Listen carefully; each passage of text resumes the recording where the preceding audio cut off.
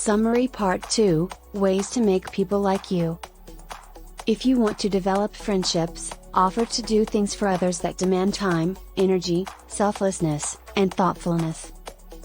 If you want others to like you, if you want to make friends, if you want to help others as much as you help yourself, be sincere in your interest and expressions towards them.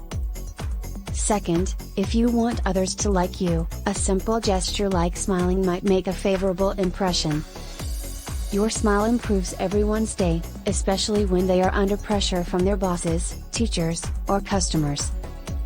It costs nothing but produces a lot. If you remember their names, they will like you. The individual is distinguished by their name. It makes them unique among all others. People like hearing their names spoken to them. People's hearts will flutter if they hear their names spoken to them. They will believe you made an effort to remember them. If you're a good communicator, people will like you.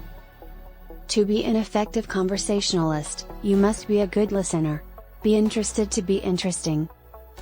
Remember that the individuals you're speaking with are 100 times more interested in themselves. Encourage them to share information about themselves and their accomplishments. If you want to make people like you, you should be genuinely interested in them. You can't make someone your friend if you don't like them unless you have a secret agenda that will benefit you in the long run. People will usually see through your charade quickly. Sincerely make someone feel valuable.